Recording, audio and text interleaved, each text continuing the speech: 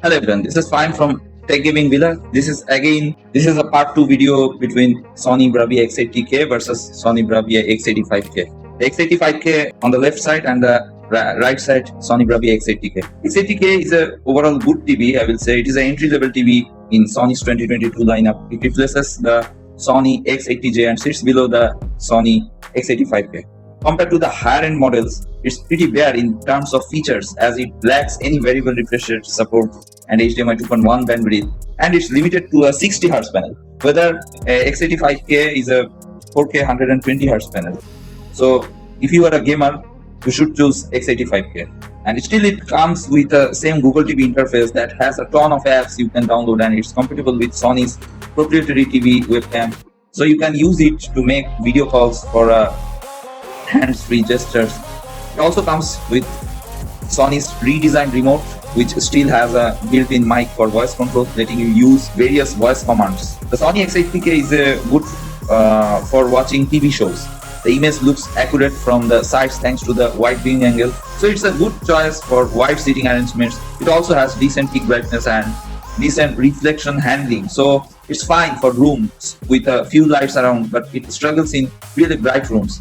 Luckily, it doesn't have any issues upscaling lower resolution content, so content from cable channels looks good. It has advantage that no issues upscaling lower resolution content and wide viewing angle, fine for rooms with a few lights around, but it is not bright enough to fight intense glare from bright windows. X80K has low native contrast ratio, so blacks look grey in the dark, and it isn't good choice for watching movies. Sadly, there is no local dimming feature to improve it either. If you want something with a higher contrast, then Sony X85K will be suitable for you. And X80K has decent SDR peak brightness. It's fine for rooms with a few lights around, but it doesn't get bright enough to fight ton of glare. If you place it opposite a window, it maintains its brightness very consistently across different scenes. The Sony X80K TV reaches a maximum of 388 CD per meter square in the vivid picture mode with the brightness and contrast at their max. Contrast enhancer disabled and the color temperature on cold. However, this difference isn't too noticeable and it results in a less accurate image.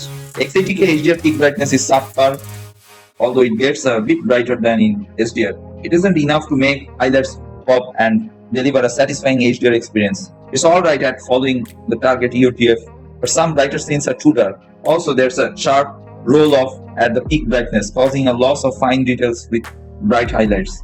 Whether X85K has better HDR brightness and also better HDR brightness in game mode also.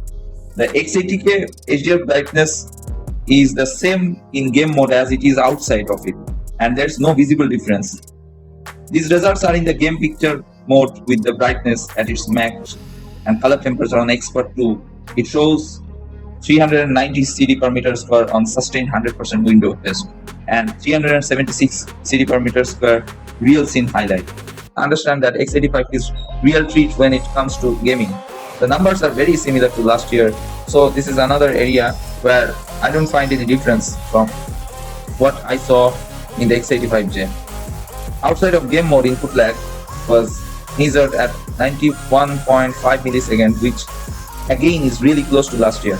I should also not to forget to mention that the TV supports auto low latency mode that can be used with any devices that supports that like the PS5 and Xbox consoles, and can greatly benefit users. As with all Sony TVs, there is no HGIZ mode, but I do get auto gene picture mode and auto HDR tone mapping, which are PlayStation 5 specific features. Thankfully, the X85K comes with VRR support out of the box, unlike the X85J that I had to wait for an update. HDMI 4 VRR and G-Sync are supported but not FreeSync. For real-world testing, actually PS5 and played a bit of Astro's Playground. The game supports VRR, and from what I experienced, everything was perfect. No delays, no slow response times, and no VRR issues. The TV did great and can be considered an excellent low-cost gaming offerings. I'm trying to find any meaningful differences between X85K and the 2021 X85J, but to be honest, the two TVs are really close when it comes to their image performance. The TV is really good at upscaling lower resolution content out of the box. Performance was amazing, colors were great, motion was good enough, Input lag was excellent, and the inclusion of HDMI 2.1 means that this TV can be used equally good for movies and for gaming. On the other hand, peak brightness may not be the best in HDR. Viewing angles are narrow due to the VA panel used, and direct LED light system is not as good or accurate as any of the LED, full LED or mini LED system. Current X85K contrast also amazing, but bit lower, 5300 in this measurement. Window test, the X85K was able to output 518 nits of brightness, which is good for HDR content and indeed really close to the X85J. The HDR brightness test over a 10% window, it managed to get 552 nits, which is good but not great. And although most of the times the TV can be satisfactory bright, some highlights will fail to impress.